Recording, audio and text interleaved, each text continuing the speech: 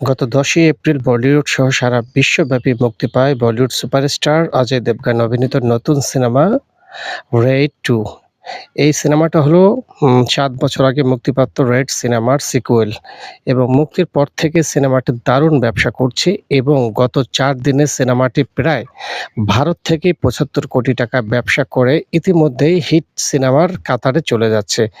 ১২০ কোটি টাকা বাজেটে নির্মিত এই সিনেমাটা প্রযোজনা করেছেন ভারতের বিখ্যাত প্রযোজনা প্রতিষ্ঠান টি সিরিজ এবং প্যানোরামা মুভিজ এবং পরিচালনা করেছেন রাজকুমার গুপ্তা।